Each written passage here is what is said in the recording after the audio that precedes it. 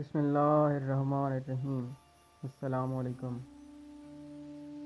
کتاب کا نام ہے دین عرفان، جس کے مصنف ہیں مرشد کریم سرکار سید جعفر الزمان نقی البخاری دامد اللہ تعالی۔ باب صوم، علماء ظاہر اور روحانی ترقی۔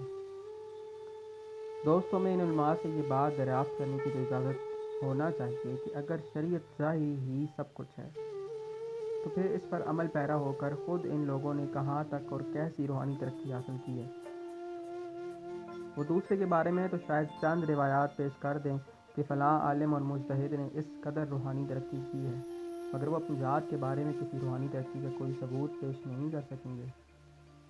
ہاں، جو علماء کرام کا وہ ذکر کریں گے وہ روایتی ہی ہوگا، اور ممکن ہے کہ درست ہو، مگر اس کا کوئی ثبوت کسی کے پاس نہیں ہوگا۔ انہوں نے صرف شریعت کی بنیاد پر یہ روحانی درجات طے کیے ہیں۔ ممکن ہے کہ انہوں نے شریعت کے ساتھ دین اولیاء کرام سے بھی استفادہ کیا ہو اور بتانے والوں کو معلوم نہ ہو۔ رہبانیت، وصیت امام حسن علیہ السلام میں فرمایا گیا ہے کہ یہ دنیا مرتار ہے، جسے دنیاوی کتوں کے لیے چھوڑنا چاہیے، اور اہل حق سے فرمایا گیا ہے کہ زندگی بچانے کے لیے اگر مرتار کھانا پڑ جائے تو بس بقدر قوت لا یموت کھانا جائز ہے۔ دنیا اور عقبہ دو ہڈیاں ہیں، ان کو دنیا کے کتوں کے لیے چھوڑ دینا ہے، ایک کو، اور دوسری کو اصحاب کہف کے کتے کے آگے ڈال کر عارف کو بزم وصال میں چلا جانا چاہیے۔ دوستیاں اور دشمنیاں، دنیا میں انسان کا سب سے بڑا سرمایہ محبت ہے، جس کا ثبوت الا المودۃ فی القربہ ہے۔ انسان اپنی محبت کی دلیل دولت کو درجہ بدرجہ صرف کرتا ہے۔ جمادات، نباتات، انسان، عالم ماوراء، خدا وغیرہ۔ محبت کے درجات ادنیت و عالیت کا تعین انواع سے ہوتا ہے۔ انسان کے درجات محبت، انسان کی محبت کے درجات کا تعین ہم قدیم تصور انواع سے کرتے ہیں۔ جیسا کہ ہم جانتے ہیں کہ قدیم تصور انواع میں 4 انواع کا ذکر ہے، جس میں ادنا نوع جمادات یعنی ان اینیمیٹس یا منرلز کی ہے، ان سے اعلیٰ نباتات یعنی پلانٹ یا باٹنی کی ہے، اس سے اعلیٰ حیوانات یعنی اینیملز کی ہے، اور اس سے اعلیٰ انسان ہیومن بینگز کی نوع ہے۔ انسان کی قدر و قیمت اس کی محبت کے درجات سے معلوم ہوتی ہے، اور اس کے درجے 4 ہیں۔ سب سے ادنا محبت جمادات یعنی منرلز کی محبت ہے، یعنی مٹی، زمین، پتھر، لوہا، چاندی، سونے وغیرہ سے محبت سب سے ادنا محبت کی ہوتی ہے، اور یہ محبت جتنی شدید ہوگی انسان اتنا پست ہوگا۔ پست انسان کو پتھر پالنے کا شوق ہوگا۔ دوسرے درجے کی محبت نباتات یعنی باٹنی کی محبت ہے۔ فصل، کھیت، باغات، گارڈنز، ترکاریاں یعنی ویجیٹیبلز، فروٹس وغیرہ سے محبت دوسرے درجے کی محبت ہے، اور دوسرے درجے کے انسان کو نباتات یعنی پلانٹس پالنے کا شوق ہوگا۔ تیسرے درجے کی محبت حیوانات یعنی اینیملز سے محبت ہے۔ اس میں ایک ادنا حیوان سے اعلیٰ حیوانات تک کے درمیانہ پوائنٹ ہوتے ہیں، اور تیسرے درجے کا انسان وہ ہوتا ہے جو حیوانات یعنی اینیملز پالنے کا شوق رکھتا ہے۔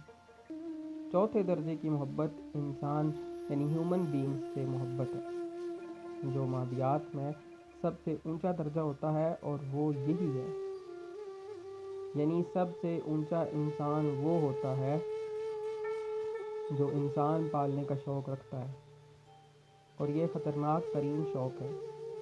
یہ شوق انبیاء کا شوق ہے، اور انسان ہی نے انہیں نقصان پہنچایا ہے۔ بعض اوقات انسان سے محبت کرتا ہوا دکھائی دیتا ہے، انسان کی خیر کرتا ہے اور کرتا ہوا دیکھا جاتا ہے، مگر اس کی محرک زمین، مٹی، سونا، چاندی کی محبت ہوتی ہے، تو وہ بھی ادنا ہی انسان شمار ہوتا ہے، یعنی وہ جماداتی محبت کے دائرے میں شمار ہوتا ہے۔ انسان جہاں محبت کرتا ہے وہاں اسے دشمنی کے خاروں کا سامنا کرنا پڑتا ہے۔ دوستی کا پھول دشمن کے خاروں کے اندر ہوتا ہے۔ محبت اور دشمنیاں ہمیشہ اپنے اپنے دائروں کے اندر رہتی ہیں۔ دوستی کا تعلق جس قسم اور نوع کے دائرے سے ہوتا ہے تو دشمنی کا دائرہ بھی وہی ہوتا ہے۔ محبت منفی بھی ہوتی ہے اور مثبت بھی۔ جسے انسان دشمنی سمجھتا ہے وہ منفی محبت ہی کی ایک شکل ہوتی ہے۔ مثلاً انسان جمادات میں سے کسی چیز سے محبت کرتا ہے اور کوئی دوسرا اسی سے منفی محبت کرتا ہے تو وہ منفی محبت مثبت محبت کے سامنے دشمنی کی صورت میں ظاہر ہوتی ہے۔ یہ بھی قانون ہے کہ مثبت محبتوں میں تصادم اور دشمنی نہیں ہو سکتی، جیسے اپنے بچے سے ماں باپ کی محبت میں تصادم نہیں ہوتا۔ منفی و مثبت میں پہچان میں کی ہوتی ہے۔ میں خارج ہو جائے تو محبت مثبت ہو جاتی ہے، اور میں کے خارج ہونے کے بعد اس دائرے میں چاہے کتنے افراد ہی کیوں نہ ہو تصادم نہیں ہوتا۔ محبتوں اور دشمنیوں کے چھوٹے سے چھوٹے اور بڑے سے بڑے دائرے ہوتے ہیں۔ جب دائرہ بڑھتا ہے تو کئی چھوٹے دائرے اس کے اندر آ جاتے ہیں۔ اس طرح بڑی چیز کی مثبت محبت کے سامنے کئی طرح کی منفی محبتیں دشمنیاں بن کر سامنے آ جاتی ہیں۔ مثبت محبت کا دائرہ جتنا بڑا ہوگا دشمنوں اور دشمنیوں کی اقسام اتنی زیادہ ہوتی۔ منفی محبت رقابت ہوتی ہے۔ بڑی چیز کو پانے کی حسرت کئی افراد میں ہوتی ہے۔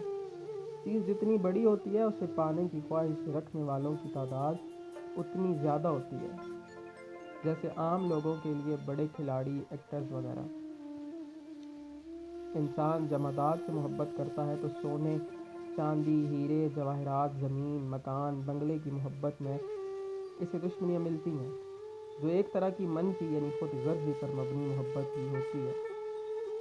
انسان کرسی یعنی اقتدار یعنی حکومت سے محبت کرے گا تو اس دائرے کے اندر کی دشمنیوں سے اس کا سامنا ہوگا۔ جب کوئی انسان کسی انسان سے محبت کرے گا تو دشمنی کا دائرہ محدود ہوگا۔ اگر پوری قوم یا جماعت سے محبت کرے گا تو دشمنی کا دائرہ بڑھ جائے گا۔ انسان پوری انسانیت سے محبت کرتے ہوئے اس کی فلاح و خیر چاہے گا تو ساری کی ساری منفی قوتیں اسے ریزسٹ کریں گی۔ جو مقدس افراد اللہ سے محبت کرتے ہیں اور اس کی وجہ سے اس کی ساری مخلوق سے محبت کرتے ہیں تو سب سے زیادہ دشمنیاں اس کو ملتی ہیں۔ منفی محبت یعنی میں کے دائرے میں اسیر ہوتی ہے، کیونکہ وہ محبت دراصل انسان کے اپنی ذاتی و اغراض سے محبت ہوتی ہے۔ جیسے ایک آدمی کی تسکین زخمی گدھے کو ریڑھی پر جوت کے ہوتی ہے اور کوئی حیوانات سے محبت کرنے والا اسے اس ظلم سے روکے گا تو اس رکنے میں اس کی ذاتی غرض شامل نہ ہوگی، مگر گدھے کے مالک کی گدھے سے جو محبت ہے وہ دراصل اس کی اپنی اغراض سے محبت ہوتی ہے، اس لیے وہ روکنے والے سے دشمنی پر اتر آئے گا۔ 3 شعبے ایسے ہیں جن کا تعلق انسانوں سے ہوتا ہے۔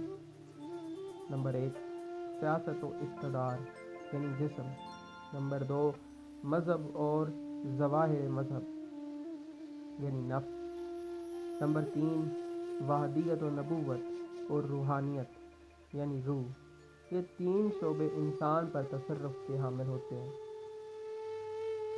حقیقتاً مذہب ایک علیحدہ وجود نہیں رکھتا،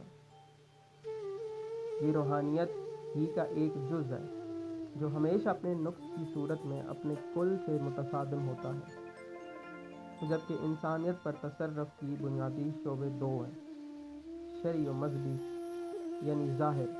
مذہب ظاہر ایک ناقص شعبہ ہوتا ہے اور یہ اپنے جملہ نقائص کے باوجود روحانی منصب جو اس کا کل ہے اس کا متبادل بننا چاہتا ہے، جو ناممکن ہے۔ تاریخ انسانیت میں سب سے زیادہ قتل و غارت اور انسانیت کا جو نقصان ہوا ہے وہ سب سے زیادہ ناقص مذہب اور اس کے ناقص اجارہ سے ہوا ہے۔ سیاسی رساکشی یا حصول اقتدار کی جنگوں میں اتنے انسان قتل نہیں ہوئے جتنے مذہب کی وجہ سے یا مذہب کے نام پر لڑی جانے والی جنگوں میں ہوئے ہیں۔ سیاسی اور مذہبی اجارہ داروں کے حوالے سے تو نقصان ہوا ہے، مگر روحانی منصب داروں کی وجہ سے انسانیت کا کوئی نقصان ہوا ہی نہیں ہے، بلکہ جو نقصان ہوا ہے وہ جہد للبقاء کے ماتحت اپنے دفاع میں ہوا ہے۔ تصرف سیاسی و اقتداری ہو یا مذہبی ہو کلی تصرف کا حامل نہیں ہوتا۔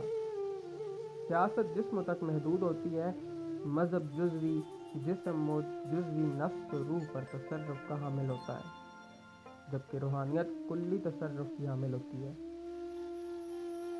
سیاست و مذہب کی ہمیشہ ٹھن جاتی ہے کیونکہ دونوں انسانوں پر اپنا کلی تصرف چاہتے ہیں، لیکن دونوں کے لیے تصرف کاملہ محال ہے۔ جب بھی کوئی حقیقی روحانی شخصیت ظاہر ہوتی ہے تو ان دونوں کو اپنے اپنے اختیار و اقتدار کے لالے پڑ جاتے ہیں، لیکن سب سے پہلا تصادم شرع ظاہر اور روحانیت کا ہوتا ہے، اور کیونکہ مذہب ظاہر روحانیت کے سامنے جم نہیں سکتا اس لیے وہ دو رستے اختیار کرتا ہے۔ نمبر 1، عوامی جارحیت کو بیدار کرنا۔ نمبر 2، سیاست و حکومت کی حمایت حاصل کرنا۔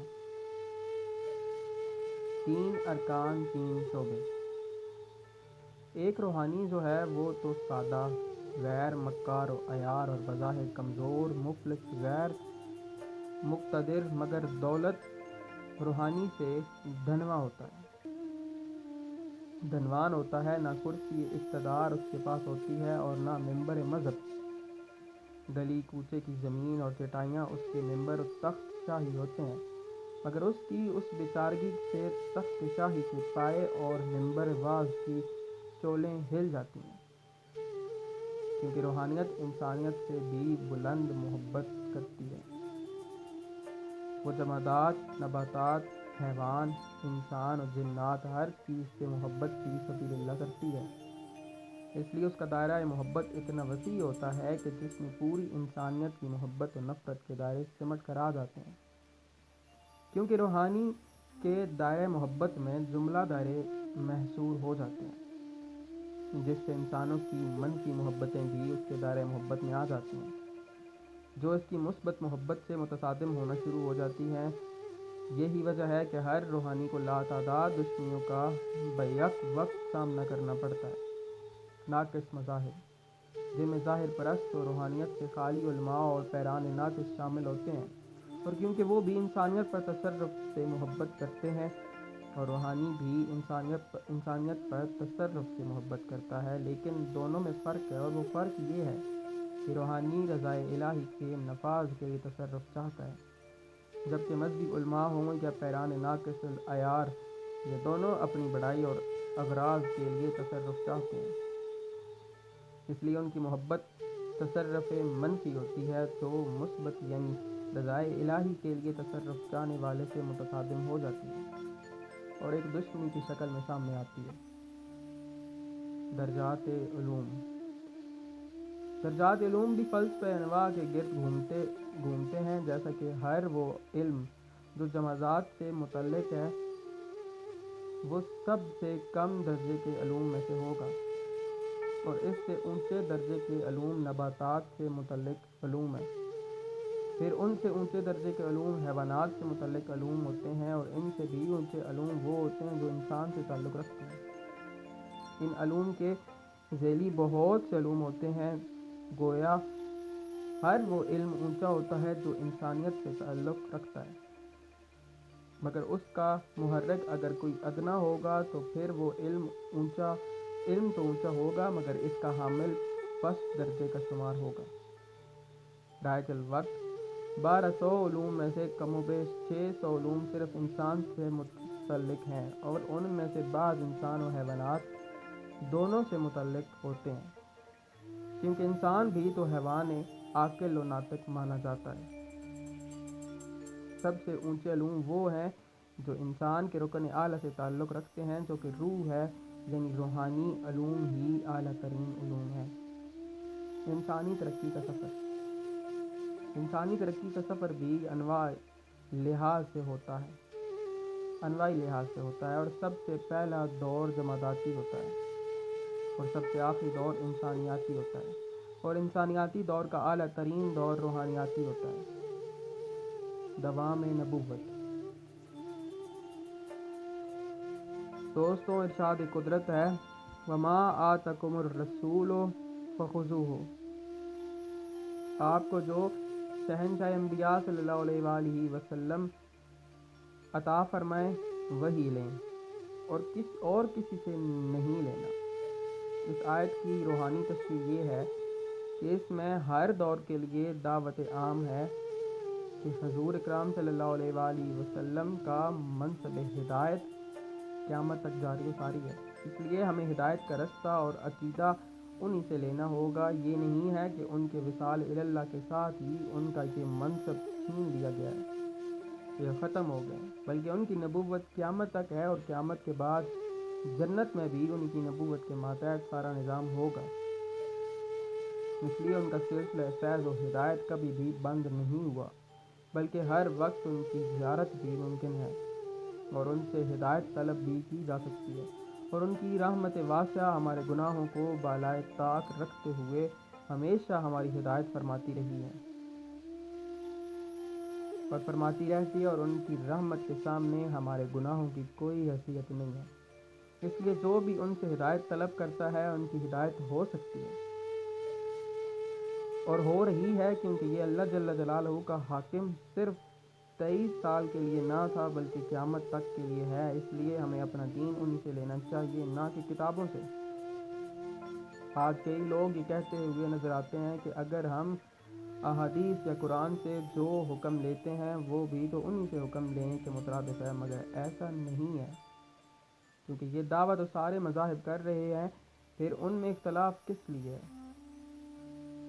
یہ اختلاف بتا رہا ہے کہ وہ شہنشاہ کائنات صلی اللہ علیہ وآلہ وسلم سے دین نہیں لے رہے، کیونکہ وہ تو اختلاف کو ختم کرنے کے لیے تشریف لائے تھے، نہ کہ اختلافات کو ہوا دینے کے لیے۔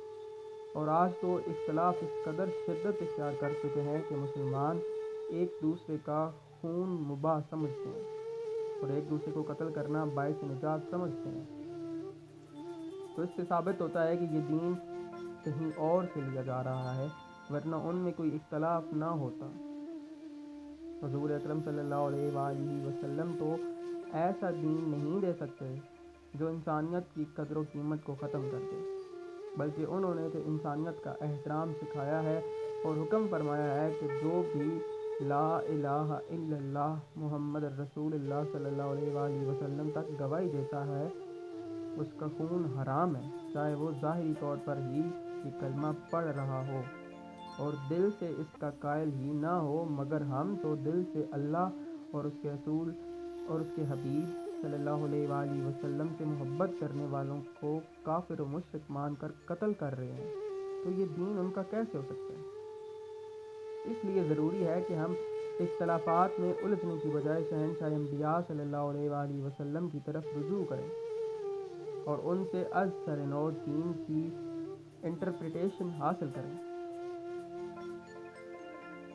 اور اپنے عقائد کو ان کے حضور پیش کر کے درست کروا لیں، اور ان میں کوئی مانع بھی نہیں ہے، یعنی ان سے دین حاصل کرنے میں کوئی رکاوٹ نہیں ہے، اور نہ ہی ہمارے دین کی، نہ ہمارے کردار کی، نہ ذات پات کی، نہ رنگ و نسل کی، نہ مذہب و ملت کی، کیونکہ وہ رحمت للعالمین صلی اللہ علیہ وآلہ وسلم ہے۔ اس لیے ان کی رحمت ہم سب پر محیط ہے اور ان سے کوئی محروم نہیں ہوتا۔ اگر کوئی کوتاہی ہے تو وہ ہماری ہے کہ ہم نے کبھی ان کی ضرورت محسوس نہیں کی۔ ہاں، سب سے پہلے جس بات کی ضرورت ہے وہ یہ ہے کہ ہم اپنا محاسبہ کریں اور دل سے تسلیم کریں کہ جب تک ہماری ہدایت و ذات نہ فرمائے ہم واقعی گمراہ ہیں، اور ہماری اصلاح ان کی ذات اور ان کے پاک اولاد علیہم السلام کے سوا کوئی نہیں کر سکتا۔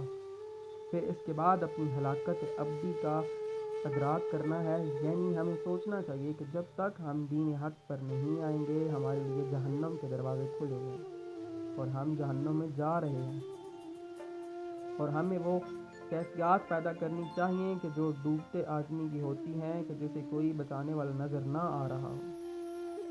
جب ہم یہ یقین کر لیں گے کہ ہم واقعی مر رہے ہیں، ہلاک ہو رہے ہیں، عذاب و عقوبت کی طرف لڑکتے جا رہے ہیں، تو ہم پر ایک اضطرائی کیفیت پیدا ہوگی، اور جب ہم میں اضطرائی کیفیت پیدا ہوئی تو سمجھ رحمت للعالمین صلی اللہ علیہ وآلہ وسلم کی رحمت برسنے پر تل گئی ہے، کیونکہ اللہ جل جلالہ فرماتا ہے کہ عام یجیب المضطر اذا دعا ویکشف السوء، یعنی جس نے عالم اضطرار میں پکارا ہے اور ان سے مدد طلب کی ہے تو وہ کبھی بھی محروم نہیں ہوتا، اور اس میں صرف ایک ہی شرط ہے اور وہ ہے مضطر ہونا، نہ کہ مسلمان ہونا، نیک ہونا، اعلیٰ خاندان کا ہونا۔ بس صرف ایک ہی شرط ہے کہ عالم اضطرار میں ان پکارا جائے گا تو موجود پائے گا۔ اس پر کوئی شخص اللہ جل جلالہ کے بارے میں کہہ سکتا ہے کہ جب اسے کوئی اضطراری طور پر پکارتا ہے تو وہ اس کی تکلیف کو دور فرماتا ہے۔ دوستوں، بات یہ ہے کہ اللہ فرماتا ہے من یہد اللہ فہو المہتدی، جس کی میں ہدایت فرماتا ہوں وہی ہدایت پاتا ہے، مگر اس نے انبیاء اور رسل علیہ السلام کو مبعوث فرمایا اور ان کے وسیلے اور ذریعے سے ہدایت فرمائی۔ اس طرح وہ رازق ہے تو وہ رزق کے لیے ہمیں اسباب اور وسائل کی ترغیب بھی دیتا ہے۔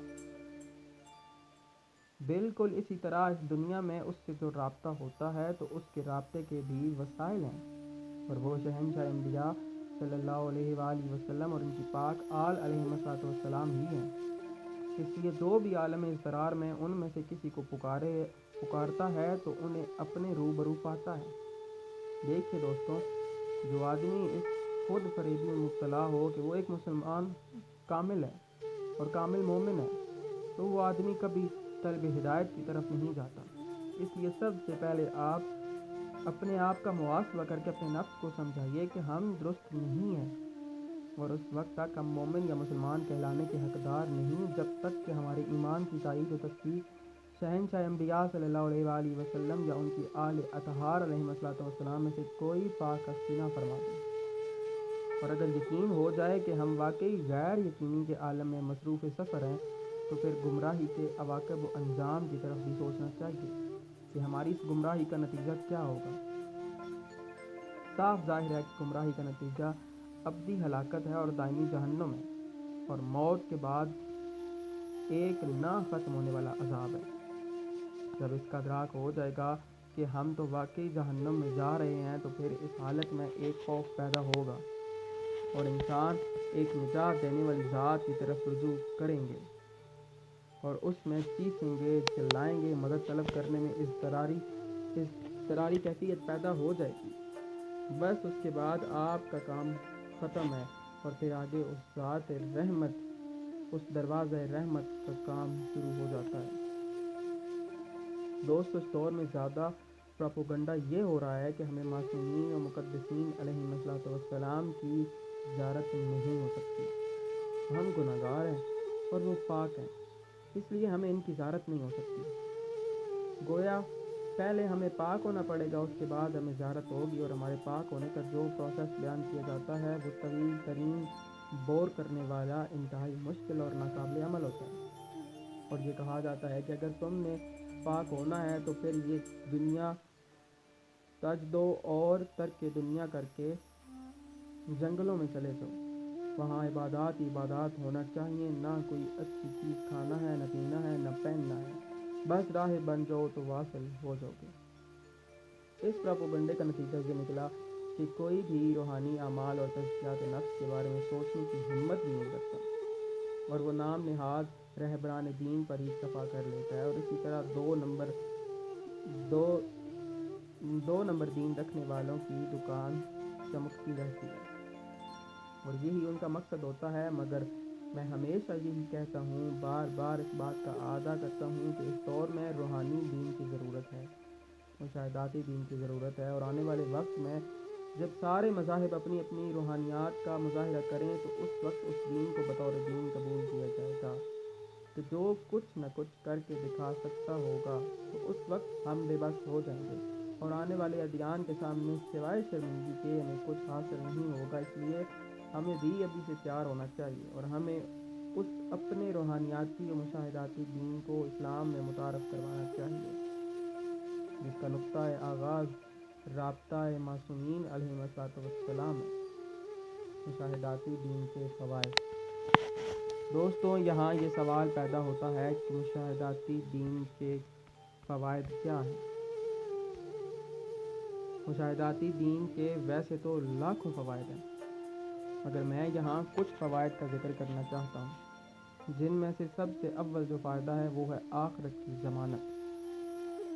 پہلا فائدہ، آج ہمیں کچھ فرد خود فریبیوں میں مبتلا کیا جا رہا ہے، اور وہ یہ ہے کہ ہر مسلک کی دینی ادارہ دار اپنے اپنے مسلک کے لوگوں سے کہتے ہیں کہ جتنی ٹولہ صرف ہمارا ہے، جنتی ٹولہ صرف ہمارا ہے، چاہے ہم اچھے اعمال کریں یا برے، اس سے کوئی فرق نہیں پڑتا، بلکہ ہم ہی جنت کے اصل وارث ہیں۔ جس طرح آپ نے بھی دیکھا ہوگا کہ بریلوی بھائی کہتے ہیں کہ ہم جنت میں جائیں گے، دیوبندی مہربان کہتے ہیں کہ ہم جنتی ہیں، حتیٰ کہ دشمنان اہل بیت علیہم السلام بھی اس خود فریبی میں مبتلا ہیں، اور ان کی طرح ہمارے شیعہ بھائی بھی اس خوش فہمی میں مبتلا ہیں۔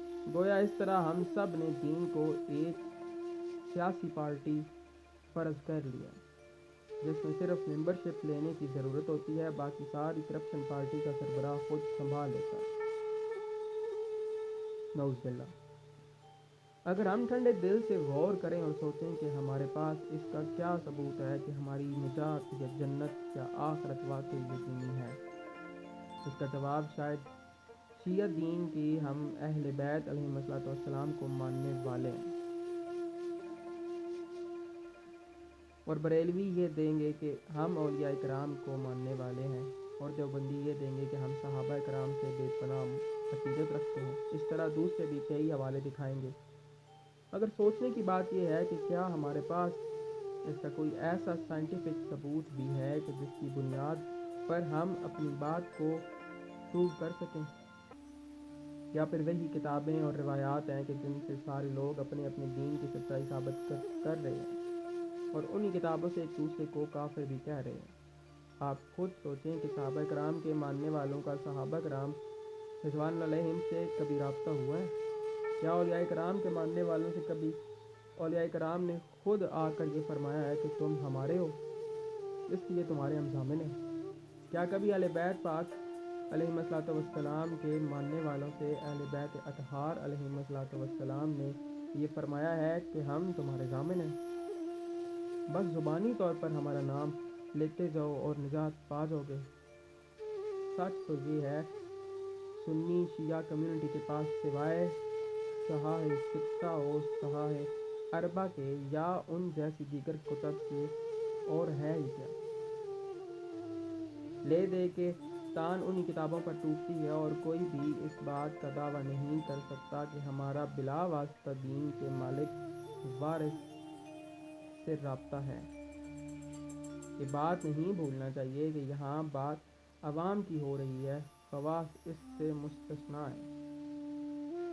اب میں خواص کے بارے میں بھی عرض کرتا ہوں، اور وہ یہ ہے کہ اگر کسی شخص کا انفرادی طور پر رابطہ ہو بھی جائے تو اس کی اپنی ذات کے لیے کفایت کرتا ہے، نہ کہ سارے ماننے والوں کے لیے، کیونکہ ماننے والوں کے لیے ضروری ہے کہ وہ انفرادی طور پر رابطہ کریں اور دریافت کریں کہ ہم کس کی تقلید یا بیعت کریں۔ یہاں فرض کرو کہ تحت میں کہتا ہوں کہ میرا رابطہ اپنے شہنشاہ زمانہ رضی اللہ عنہ شریف سے ہے، تو یہ بات کسی دوسرے کے لیے کافی نہیں ہے، کیونکہ میرے پاس اس کا کیا ثبوت ہے کہ میرا رابطہ شہنشاہ امام زمانہ رضی اللہ عنہ شریف سے ہے؟ کیا کسی ماننے والے کے لیے یہ ضروری نہیں کہ وہ بھی شہنشاہ زمانہ رضی اللہ عنہ شریف سے یا شہنشاہ انبیاء صلی اللہ علیہ وآلہ وسلم سے اپنی تسلی کریں اور ان سے رابطہ کر کے دریافت کر لیں کہ انہیں کس کے احکام لینا ہے؟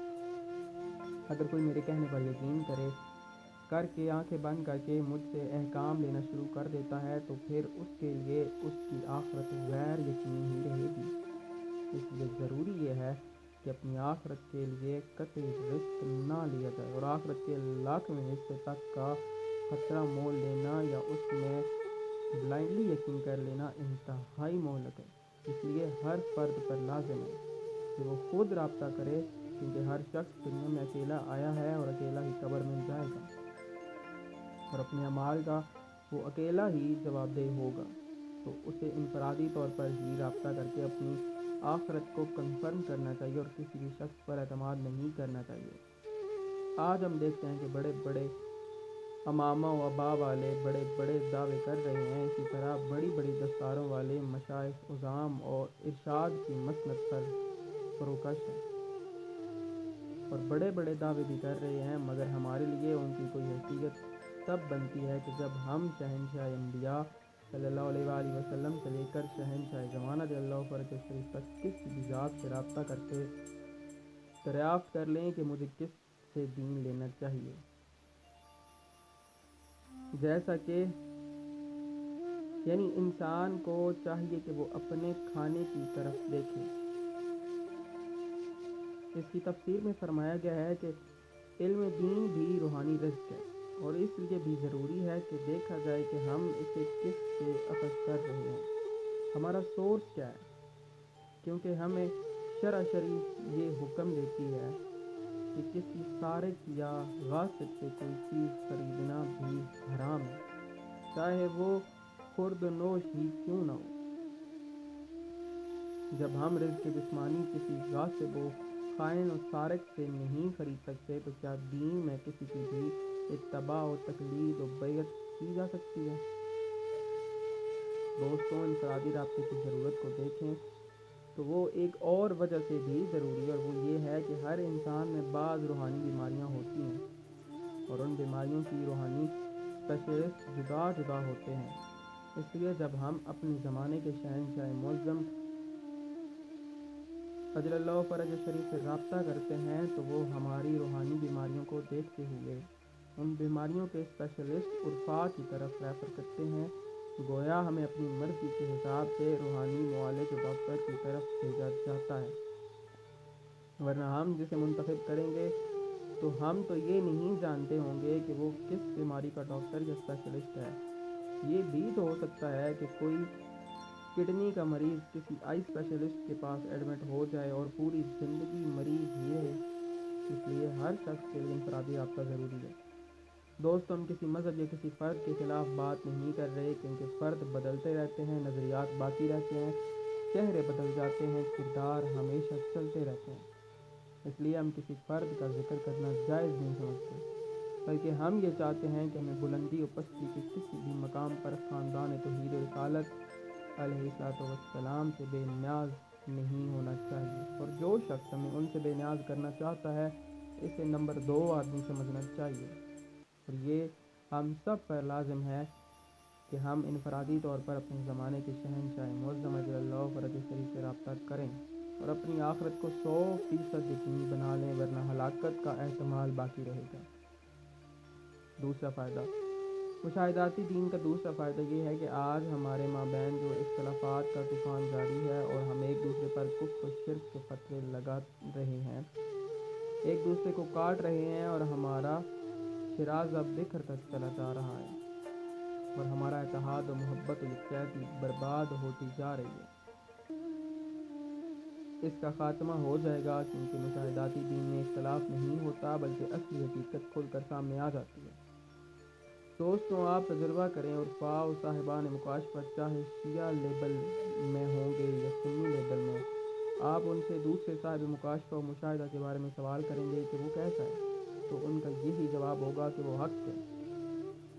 آپ کسی سنی صاحب مکاشفہ سے کسی شیعہ صاحب مکاشفہ کے بارے میں بات کر کے تجربہ کریں، وہ کہے گا وہ حق ہے، کیونکہ مکاشفاتی دین مشاہداتی ہوتا ہے، اور صاحبان مکاشفہ اور مشاہدہ لوگوں پر شیعہ سنی کا لیبل اس طرح ہوتا ہے کہ جیسے کہ سائنسدانوں پر ملکوں کا لیبل ہوتا ہے کہ فلاں سائنسدان امریکی ہے، فلاں جرمن ہے، فلاں پاکستانی ہے، اگر حقیقت یہ ہوتی ہے کہ ہر سائنسدان پوری انسانیت کی پراپرٹی ہوتا ہے، کسی ملک یا مذہب کی نہیں۔ اس طرح صاحبان مکاشفہ اور مشاہدہ اولیاء کرام بھی کسی مذہب کی پراپرٹی نہیں ہوتے، بلکہ وہ پوری انسانیت کو فیض پہنچانے والے ہوتے ہیں، اس لیے ان پر جو لیبلنگ ہوتی ہے وہ غیر حقیقی ہوتی ہے۔ اب آپ کسی سائنسدان سے کہیں کہ ایک پاکستانی مسلمان سائنسدان پانی کا فارمولہ H2O کہتا ہے، کیا وہ درست کہتا ہے؟ وہ اس کا جواب یہ دے گا کہ وہ حق بات کہہ رہا ہے، وہ سچا ہے۔ اب کسی پاکستانی سے کہیں کہ ایک یہودی سائنسدان نے پانی کا یہی فارمولہ بتایا ہے، تو وہ کہے گا کہ اس یہودی نے سچ کہا ہے۔ اب اسی مثال سے آپ سمجھ جائیں کہ مشاہداتی دین میں حق کی تائید ہوتی ہے اور اس میں کوئی اختلاف نہیں ہوتا۔ اختلافات ہمیشہ غیر مشاہداتی چیزوں میں ہوتے ہیں۔ آپ عرفا کے رویے دیکھ سکتے ہیں۔ ایک عارف اپنی شریعت کا لبادہ اوڑھا ہوا ہے اور وہ دوسرے نے طریقت کا۔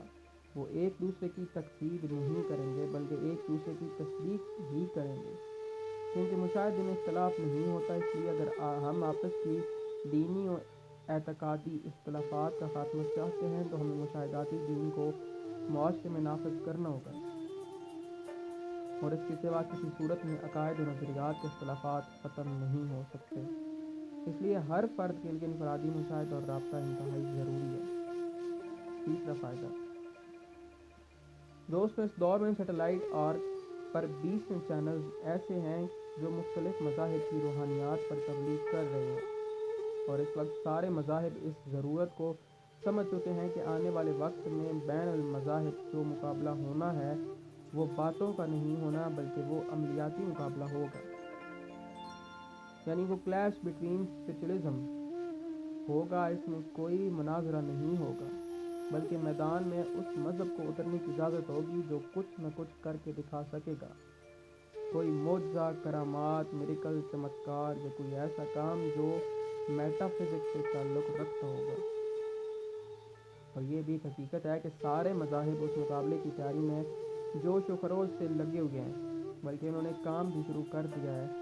میں اس کی ایک ہلکی سی جھلک آپ کو دکھانا چاہوں گا تاکہ آپ اس آنے والے وقت کو کچھ نہ کچھ سمجھ سکیں۔ ہائبرڈ اسٹار پر ایک چینل TBN کے نام سے چل رہا ہے۔ یہ عیسائیت کی روحانیت کی تبلیغ کرتا ہے۔ اس میں ایک پروگرام آتا ہے جس میں وہ روحانی اعمال کا مظاہرہ کرتے ہیں، اور اس میں ہزاروں کی تعداد میں لوگ دیکھنے کے لیے آتے ہیں۔ یعنی جب کسی روحانیاتی مظاہرے کا پروگرام ہوتا ہے تو وہ اس سے قبل اس کی خوب ایڈورٹائزمنٹ کرتے ہیں، اور اس طرح اس میں کئی ملکوں سے لوگ آ کر شامل ہوتے ہیں۔ جو پروگرامز میں نے خود دیکھے ہیں ان میں سے یہاں صرف ایک کا تذکرہ کرنا چاہتا ہوں۔ ان کا یہ پروگرام وچ ہنٹنگ کا تھا۔ وہ پروگرام کیا ایک بہت بڑے پارک میں تھا جس میں لاتعداد کرسیاں لگی ہوئی تھیں، اور ان کے سامنے ایک بہت اونچا اسٹیج بنا ہوا تھا۔ اس پر ان کا ایک پریسٹ یعنی وچ ہنٹر کھڑا تھا۔ پہلے تو اس نے جناب عیسیٰ علیہ السلام کے معجزات کا ذکر کیا، اور اس کے ساتھ اس نے اپنے نظریہ کفار کو بیان کیا، نظریہ کفارہ، جس کا خلاصہ یہ تھا کہ جناب آدم علیہ السلام نے جنت میں اللہ کی نافرمانی کی اور نعوذ باللہ گناہگار ہو گئے، اور ان کے گناہ کی وجہ سے ان کی پوری نسل پیدائشی طور پر گناہگار ہے، کیونکہ اللہ جل جلالہ ایک طرف عادل ہے اور اس پر عدل کے تقاضے پورے کرنا لازم و واجب ہے، دوسری طرف وہ رحیم بھی ہے، اس لیے اس کے لیے فضل کرنا بھی واجب ہے۔ اب یہ دونوں چیزیں ایک دوسرے کے متناقض و متضاد ہیں۔ اگر وہ عدل کرتا ہے تو اس کا رحم و فضل مجروح ہوتا ہے، اور اگر رحم و فضل کرتا ہے تو اس کی عدالت نہیں بچتی۔ اس طرح اس خالق نے اپنی قدرت سے ان متضاد صفات کے تقاضے پورے کرنے کا ایک رستہ نکالا، اور اس نے اپنے اکلوتے بیٹے کو انسانی شکل میں بھیجا اور فرمایا کہ اس انسانیت کے سارے گناہ تو اپنے سر لے لے، اور میں ان ساری انسانیت کے گناہوں کی سزا میں تجھے صلیب پر چڑھاؤں گا۔ اس طرح میں اپنے عدل کے تقاضے تم پر پورے کر لوں گا اور باقی انسانیت پر تیری وجہ سے رحمت فرماؤں گا۔ اس طرح اللہ جل جلالہ کا اکلوتا بیٹا خداوند یسوع مسیح صلیب پر چڑھ گیا اور پوری انسانیت کے لیے قربانی دے کر سب کے لیے رحمت کے دروازے ہمیشہ کے لیے کھول گیا۔ اب جو بھی اس کا اقرار کرتا ہے اور اس کا بیپتسم لیتا ہے وہ نجات یافتہ ہے۔ اس طرح کی اس نے ایک لمبی تقریر کی، اور اس کے بعد اس نے جناب عیسیٰ علیہ السلام کے ان معجزات کا ذکر کیا جن میں سے اکثر کا ذکر کلام الہی میں موجود ہے۔ اس کے بعد اس وچ ہنٹر نے کہا یہ معجزات ان تک محدود نہیں رہے، بلکہ جو بھی تہ دل سے ان کا اقرار کرتا ہے وہ بھی ان معجزات کا حامل ہو جاتا ہے۔ آج اب ان کے پاس اس معجزے کا مظاہرہ کر رہے ہیں جو انہوں نے مقدس ہیکل میں بعض لوگوں کے جسموں سے بدروحوں کو نکالنے کا کیا تھا۔ اب آپ سامعین و ناظرین میں سے جن لوگوں پر بدروحوں کا آسیب ہے وہ ہاتھ کھڑا کریں اس اعلان کے ساتھ ہی سینکڑوں لوگوں نے ہاتھ اوپر اٹھا لیے۔ اس کے بعد اس پریسٹ نے ان میں سے فرنٹ لائن پر بیٹھے ہوئے لوگوں میں سے 8-10 لوگوں کو بلایا اور انہیں اسٹیج پر ایک لائن میں کھڑا کر دیا اور خود پرے کے انداز میں ان میں سے ایک کی طرف اپنا ہاتھ اٹھایا۔ اس کے ساتھ ہی اس کے 2 اسسٹنٹ جو اسٹیج پر اس کے ساتھ کھڑے تھے وہ اس آدمی کے پیچھے جا کر کھڑے ہو گئے اور اس پریسٹ نے زیر لب کچھ پڑھنا شروع کیا، اور اس کے بعد اس نے اس سامنے کھڑے ہوئے آدمی کی طرف ایک جھٹکے کے ساتھ ہاتھ اشارہ کیا، بس وہ آدمی بے ہوش ہو کر گر گیا اور اسے ان پیچھے کھڑے ہوئے لوگوں نے سنبھال کر زمین پر لٹا دیا۔ اس کے بعد اس نے باری باری سب کو زمین پر بے ہوش کر کے گرا دیا، اور ان میں ایک 12-13 سال کی لڑکی بھی تھی، وہ بھی بے ہوش ہو کر گر گئی اور وہ سارے لوگ زمین پر پڑے تڑپ رہے تھے۔ اس کے بعد اس وچ ہنٹر نے اس لڑکی کی طرف اپنا ہاتھ اشارہ کیا اور اس کے ساتھ ہی وہ کچھ پڑھ بھی رہا تھا۔ اس کے بعد اس نے زور سے کہا، خداوند یسوع مسیح کے نام سے جا۔ اس کے بعد اس نے 3 مرتبہ دہرائی اور آخری مرتبہ اس نے گو کا لفظ انتہائی گرج دراز آواز میں کہا، اور وہ لڑکی اٹھ کر بیٹھ گئی اور حیرت سے سارے لوگوں کی طرف دیکھنے لگی، اور پھر اس کی نگاہ اپنی ماں پر پڑی تو وہ روتی ہوئی اٹھ کر کھڑی ہو گئی، اور اس کی ماں اور باپ نے آگے بڑھ کر اسے سینے سے لگا لیا، اور وہ سارے رو رہے تھے کیونکہ وہ لڑکی پیدائشی طور پر پاگل سی تھی اور اسے ماں باپ کی پہچان تک نہ تھی، مگر آج پہلی بار وہ ماں سے گلے مل کر رو رہی تھی اور سارا پارک ناظرین کی تالیوں سے گونج رہا تھا۔ اس طرح اس نے سب کا علاج کیا اور سب کو ٹھیک کر دیا۔ یہ سب میرا مشاہدہ ہے۔ اس طرح کے بہت سے پروگرام میں نے دیکھے ہیں۔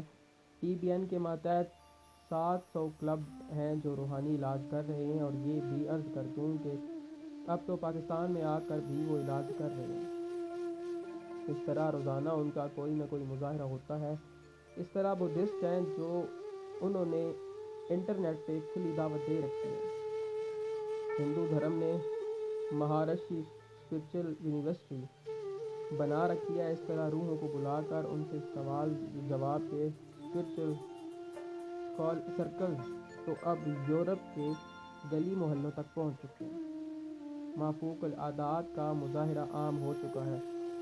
دوسری طرف نیورولوجی، نیورو فزکس اور neuro psychology, neuro physiology, brain physiology وغیرہ پہ 200 یونیورسٹیز میں کام ہو رہا ہے۔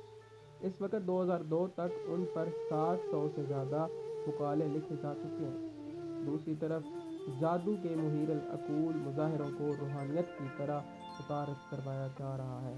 ٹیلی پیتھی، ہپنوٹزم، پیراسائیکالوجی، کنگ فو یوگا، فلائنگ یوگا وغیرہ کے مظاہرے اب لائیو دکھائے جاتے ہیں۔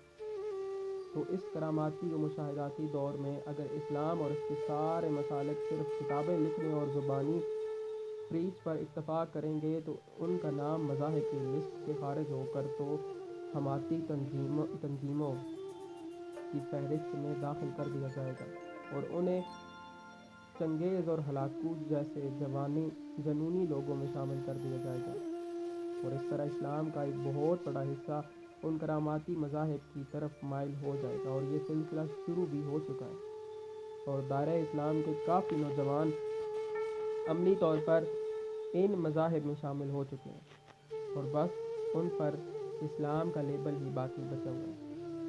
ہاں، اب اگر ہم اس طوفان مادیت سے ٹکرانا چاہتے ہیں تو پھر ہمیں روحانیاتی، مشاہداتی، مکاشفاتی پروسیس کو باہر لانا پڑے گا، اور اس طرح ہم پھر اولیاء کرام کے نقش قدم پر چل کر روحانی قوتوں کے حصول کے بعد ان مذاہب عالم سے مقابلہ کر سکتے ہیں، ورنہ کل پچھتانا پڑے گا۔ ہاں، اگر ہم روحانیاتی دین اختیار کریں اور روحانی قوتوں کے حصول کی کوشش کریں تو پھر ہمارے لیے دیگر مذاہب کے سامنے جم جانے میں آسانی بھی ہے، اور یہ بھی ہے کہ ہماری روحانیت دیگر مذاہب سے آسان بھی ہے اور کوئک بھی ہے۔ کم محنت میں ہم ان سے بھی بہتر کام کر کے دکھا سکتے ہیں۔ جیسا کہ ماہرین روحانیات جانتے ہیں کہ ہندو دھرم کا ایک سوامی ایک 22 سال جنگلوں میں گزار کر جو قوت حاصل کرتا ہے وہ قوت ہم صرف 110 دن میں حاصل کر سکتے ہیں۔ ایک عیسائی وچ ہنٹر جو قوت 9 سال میں حاصل کر سکتا ہے وہ قوت ہم 110 دن میں حاصل کر سکتے ہیں۔ اور ہندو، عیسائی اور بدھسٹ کو اس دوران 24 گھنٹے کی محنت درکار ہوتی ہے، جبکہ ہماری محنت صرف 4 گھنٹے کی ہوتی ہے، اور باقی 20 گھنٹے ہم دنیا کے دوسرے کام کر سکتے ہیں۔ اور ہمیں black body, white body, darkness کے چکروں میں بھی نہیں پڑنا پڑتا۔ روحانیاتی و مشاہداتی دین کا یہ فائدہ ہی کیا کم ہے کہ ہم دشمنان اسلام کے سامنے اسلام کا سر بلند کر سکیں اور اسلام کو مادیت کی ولگر عیاشی سے نکال کر اپنی مقدس روحانی حدود کو قائم و دائم کر دیں۔ چوتھا فائدہ، سرور کونین صلی اللہ علیہ وآلہ وسلم کی میدان قیامت میں سرخروئی۔ پانچواں فائدہ، ہمارا اپنے شہنشاہ زمانہ جل اللہ فرج شریف کے نور سے روحانی رابطہ ہو جائے گا اور ان سے تازہ بتازہ احکام لے سکیں اور اللہ جل جلالہ کے انوار باہرہ کی پرکیف لمز کو محسوس کر سکیں۔ جو آدمی وصال محبوب سے مستفید ہوتا ہے اور اس کی لذت چکھ لیتا ہے تو اس کے سامنے دنیا کی ساری لذات بد ذائقہ ہو جاتی ہیں۔ وہ قرب کے لمحات اتنے مزیدار ہوتے ہیں کہ انسان ان کی لذت محسوس کر کے رو بھی رہا ہوتا ہے اور انتہائی خوش بھی ہوتا ہے، اور اس کرب کے عالم سے نکلنے کو جی بھی نہیں چاہتا۔ گویا وہ روحانی لذت ہی اصل دولت ہے جو اس مکاشفاتی دین ہی سے حاصل ہو سکتی ہے، کیونکہ یہ اولیاء کرام کا دین ہے، جو عشق الہی کا دین، اور عشق الہی اور کچھ نہیں بلکہ انوار معصومین علیہ السلام کا عشق کا نام ہے۔ اور انوار الہی کا مشاہدہ بھی دراصل اس کے نور اول کے مشاہدے کا نام ہے، کہ جس کا درس ہمیں اولیاء کرام نے دیا ہے۔ تبلیغ کا مؤثر ترین ذریعہ روحانی تبلیغ ہے، کیونکہ یہ دین کی لیبارٹری ہے اور اس میں جو ہوتا ہے وہ مشاہدے میں آ جاتا ہے۔ اس لیے میرے مرشد پاک فرماتے ہیں کہ تم سنو کم بلکہ دیکھنے کی کوشش کرو، عالم ماورا کی باتیں نہ کرو، اسے اپنی آنکھوں سے دیکھو، تب تمہیں پتہ چلے گا کہ اصل بات کیا ہے۔ باتیں تو ہمیشہ گمراہ ہی کرتی ہے اور اصل حقیقت کو سمجھنے میں کفایت نہیں کرتی، بلکہ یہ تو باپ کے حلیے کو بھی درست طریقے سے بیان نہیں کر سکتی، تو اللہ جل جلالہ کے انوار کی ترجمانی کیا کریں گی یا اس کی تصویر کشی کیا کریں گی۔ میں اکثر احباب سے محفلوں میں گزارش کرتا ہوں کہ ہمارے درمیان جس دین کی تبلیغ کی جا رہی ہے وہ سارے کا سارا غیر مشاہداتی اور اس طرح کی تبلیغ ہو رہی ہے کہ تم نیک اعمال کرتے رہو، جب نیکیاں کرتے کرتے مر جاؤ گے تو وہاں مرنے کے بعد تمہیں سب کچھ سود سمیت مل جائے گا، مگر اپنی زندگی میں تمہیں کچھ بھی نظر نہیں آئے گا، اور نہ ہی تم کسی نیکی کو کیش کروا سکتے ہو، اور نہ ہی اپنی کسی قسم کی تسلی کر سکتے ہو کہ واقعی کچھ جمع ہو بھی رہا ہے یا نہیں۔ بس محنت کرنا اور مولوی حضرات کے کہنے پر کلی اعتماد کرنا ہے، اور یہ سوچنا بھی جائز نہیں کہ ہم اس دنیا میں نیکی کا ریوارڈ اور ریٹرن دیکھ سکتے ہیں۔ یہاں ایک نقطہ عرض کروں گا، اور وہ یہ ہے کہ ہمارے ہاں حکایات میں ایک بے وقوف کردار ہے جس کا نام ہے شیخ چلی۔ ایک دن کوئی آدمی شیخ چلی کے پاس آیا اور کہا، بھائی تمہاری 10 بکریاں ہیں، اگر ان میں سے 3 بکریاں مجھے دے دو تو میں تمہاری شادی کروا سکتا ہوں۔ اس نے وہ بکریاں دے دیں، پھر 2 مہینے بعد آ کر کہا، بھائی تمہاری شادی ہو گئی ہے، مبارکبادی، مجھے 1 بکری نہیں دو گے؟ اس نے کہا، کیا واقعی میری شادی ہو گئی ہے؟ اس نے کہا، ہاں بھائی تمہاری شادی ہو چکی ہے۔ اس احمق نے کہا کہ بھائی پھر تو بکری تیرا حق ہے، لے جا۔ وہ لے کر چلا گیا۔ پھر کچھ عرصے کے بعد اس کے پاس آیا اور شیخ چلی صاحب سے کہا کہ بھائی مبارک ہو، تمہارا بیٹا پیدا ہوا۔ اس نے کہا، بھائی کیا میں اپنی بیوی اور بچے کو دیکھ سکتا ہوں؟ کیونکہ جب سے شادی ہوئی ہے میں نے نہ بیوی کو دیکھا اور نہ ہی مجھے اس کا نام معلوم ہے، اور نہ ہی یہ معلوم ہے کہ میری شادی کہاں ہوئی ہے۔ اب مجھے میرا بیٹا اور بیوی دکھا دو۔ اس نے کہا، شیخ صاحب آپ تو دانا ہیں، آپ کو معلوم ہے کہ دلہنیں بہت شرماتی ہیں اور وہ شرم کی وجہ سے آپ کے سامنے کبھی نہیں آئی، اور نہ پوری زندگی آئے گی، کیونکہ آپ کی بیوی انتہائی نیک اور شرمیلی ہے۔ بس بچے کی پیدائش کی مبارک میں مجھے 1 بکری اور دے دو۔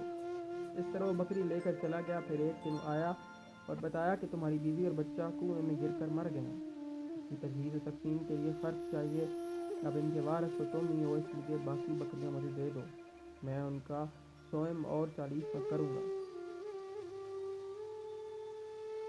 اس طرح وہ شیخ صاحب کی ساری بکریاں لے گئے۔ دوستوں میں دین کے معاملے میں شیخ چلی بنایا جا رہا ہے، سکھایا کچھ بھی نہیں جاتا اور بات جنت اور حضیرت القدس کی کیے جا رہے ہیں۔ اس لیے ہمیں پوری طرح شیخ چلی نہیں بننا چاہیے اور جس کا وعدہ ہوا ہے اسے دیکھنے کی کوشش کرنا چاہیے، اور جو آدمی یہ کہتا ہے کہ بھائی آپ دیکھ کچھ نہیں سکتے، صرف ہمارے کہنے پر ہمیں نظر و نیاز اور مال امام دیتے جاؤ اور کسی چیز کے دیکھنے کا تقاضا نہ کرو، تو وہ آدمی ہمارا شیخ چلی والا دوست ہے۔ اس لیے دوستوں پر اس قدر اعتماد کرنا کہ جتنا شیخ چلی نے کیا، یہ عقل مندی نہیں ہے۔ اس لیے ایسا دین اختیار کرو جس میں مشاہدہ ہو، شہنشاہ انبیاء صلی اللہ علیہ وآلہ وسلم کی زیارت ہو، جس میں شہنشاہ زمانہ جل اللہ فرج الشریف کی زیارت کا اعزاز حاصل ہو، اور جس میں جنت کو ان کھلی آنکھوں سے دیکھا جا سکے۔ دین کے معاملے میں اندھا اعتماد کرنا انتہائی خطرناک ہے، جبکہ مشاہدہ کرنا اور شہنشاہ کائنات رضی اللہ فرج الشریف اور ان کے آباء طاہرین علیہ السلام کی بزم قدسی میں رسوخ پانا انتہائی لذت بخش مقام ہے، اور یہی وہ جنت اعلیٰ ہے جو ساتوں جنتوں سے اعلیٰ ترین مقام ہے، اور اس سے ایک تو انسان دین کو پا لیتا ہے اور ساتھ ہی ساتھ اس کی آخرت بھی یقینی ہو جاتی ہے، اور آخرت کے معاملے میں رائی برابر خطرہ یا رسک نہیں رہتا۔ سوال: آپ سوچیں گے کہ میرے پاس اس کا کیا ثبوت ہے کہ ہماری اس بزم قدسی اور اس مقام اعلیٰ تک رسائی ہو سکتی ہے؟ دوستو، اس سوال کے کئی جوابات ہیں۔ سب سے پہلا جواب تو یہ ہے کہ ایک کثیر تعداد ایسے لوگوں کی میں پیش کر سکتا ہوں کہ جو مشاہدے کے عمل سے گزرے ہیں اور مشاہدے ہی نے انہیں راہ راست دکھایا ہے، اور وہ ساری دنیا کی کتابوں سے بے نیاز ہو گئے ہیں، مگر یہاں بھی یہ کہا جا سکتا ہے کہ اس مشاہدے کا دعویٰ کرنے والوں کی زبان کا کیا بھروسہ ہے۔ اس کے بعد میں یہ کہہ سکتا ہوں کہ آپ خود اس کا تجربہ کریں تاکہ تسلی ہو جائے۔ اس پر بھی آپ کہہ سکتے ہیں کہ وقت بھی ضائع کریں اور ملے بھی کچھ نہ۔ تو میں آپ کو ایک دعوت فکر دیتا ہوں، وہ یہ ہے کہ یہ دنیا آپ کے سامنے موجود ہے، آپ اس کی بھرپور رنگینیوں سے واقف ہیں، اور آپ جانتے ہیں کہ لذت نفس کی کشش اور دل آفرینی اور لذات دنیا اور اس کی شرابی لڑکھڑاہٹوں سے کہ آپ محرم راز ہیں، مگر ہم دیکھتے ہیں کہ کچھ ایسے لوگ بھی ہیں کہ جو ان چیزوں میں کوئی دلچسپی نہیں رکھتے اور تزکیات نفس اور روحانی دنیا میں مصروف سفر رہتے ہیں، بھوک اور پیاس سے جو جوجھتے ہیں، گرمی سردی سے لڑتے ہیں، نہ اچھا پہنتے ہیں، نہ کھاتے ہیں، اور وہ رضاعت نفس میں مگن رہتے ہیں، نہ انہیں دولت کا شوق ہوتا ہے، نہ کرسی اور شہرت کا، بلکہ وہ اس دنیا کی رنگینیوں سے دور بھاگتے ہیں۔ اور یہ بھی آپ جانتے ہیں کہ نفس کشی ایک انتہائی بور کرنے والا میتھڈ ہے۔ آپ خود سوچیں گے، لوگ جو مسلسل کئی برسوں تک بلکہ پوری زندگی ان ریاضات کے ہو کر رہ جاتے ہیں، کیا وہ پاگل ہوتے ہیں؟ سچ تو یہ ہے کہ دین حق نفس امارہ کے لیے موت ہے، اور انسانیت کے لیے سب سے زیادہ لذیذ چیز خواہشات نفس کی تکمیل ہوتی ہے، جبکہ نفس کے لیے سب سے زیادہ بور کرنے والی چیز ہوتی ہے جس میں انسان کو موت یاد آ جائے۔ مگر ہم دیکھتے ہیں کہ جو اولیاء کرام ہیں، صاحبان عرفان ہیں، ملنگ درویش ہیں، انہیں سب سے زیادہ لذت نفس کشی میں ملتی ہے۔ آپ یہ سوچیں کہ انہیں نفس کشی سے بوریت کیوں فیل نہیں ہوتی؟ اس کا جواب یہ ہے کہ انہیں لذات نفسانی کے متبادل کوئی روحانی لذت ضرور مل رہی ہوتی ہے، ورنہ ایسے بور کام میں کوئی زیادہ عرصہ تک مصروف نہیں رہ سکتا، لہذا صاف ظاہر ہے کہ انہیں کچھ نہ کچھ ضرور ملتا ہے۔ اب خود سوچیں کہ اگر ایسا نہ ہوتا تو وہ لوگ نفس کشی کے اعمال پر برقرار رہ سکتے تھے؟ اس سے ثابت ہوتا ہے کہ ان تزکیات میں بھی ایک ایسی لذت ملتی ہے جو خواہشات نفس کی تکمیل سے بھی زیادہ پاورفل ہے، کیونکہ ہم نے اس لذت کا ذائقہ ہی نہیں چکھا، اس لیے ہمیں نفس کی اطاعت میں مزہ نہیں آتا۔ مزہ آتا ہے ابلیس کی فرما برداری میں ہی، لذت محسوس ہوتی ہے، ہم اس لذت وصال سے ناشنا ہیں۔ وہ جیسی بھی لذت ہے وہ ہے ضرور، ورنہ کوئی اپنی موت سے کیسے لطف اندوز ہو سکتا ہے؟ اور اگر کوئی اپنی موت سے لطف اندوز ہو سکتا ہے تو پھر ہم میں سے کوئی اس سے لطف اندوز ہونے کی کوشش کیوں نہیں کرتا؟ اسے مزے سے لینے کی کوشش کیوں نہیں کرتا؟ اس کی وجہ وہ ظاہری زندگی ہے جو ہمیں نظر آ رہی ہے کہ وہ ظاہری زندگی ہم نہیں گزار سکتے، کیونکہ ظاہری طور پر وہ انتہائی بور کرنے والی، بد ذائقہ، بے رنگ و روغن اور قبرستان میں موجود دجال کے پیڑ کی طرح اداس کر دینے والی زندگی ہے۔ سوری، یہ لفظ دجال نہیں، جال ہے، مگر انہیں مخفی طور پر کوئی نہ کوئی لذت ضرور مل رہی ہے کہ جس میں کائنات کی لذت کے ساتوں رنگ کی قوس قزح دمک رہی ہے، اور یقیناً وہ مشاہدہ انوار الہی ہیں، یعنی اللہ کے نور اول کا چہاردہ، یعنی 14 کرنوں کے قرب کی لمس اور لذت بخش حرارت ہی ہے۔ اللہم صلی علی محمد و آل محمد وعجل فرج آل محمد۔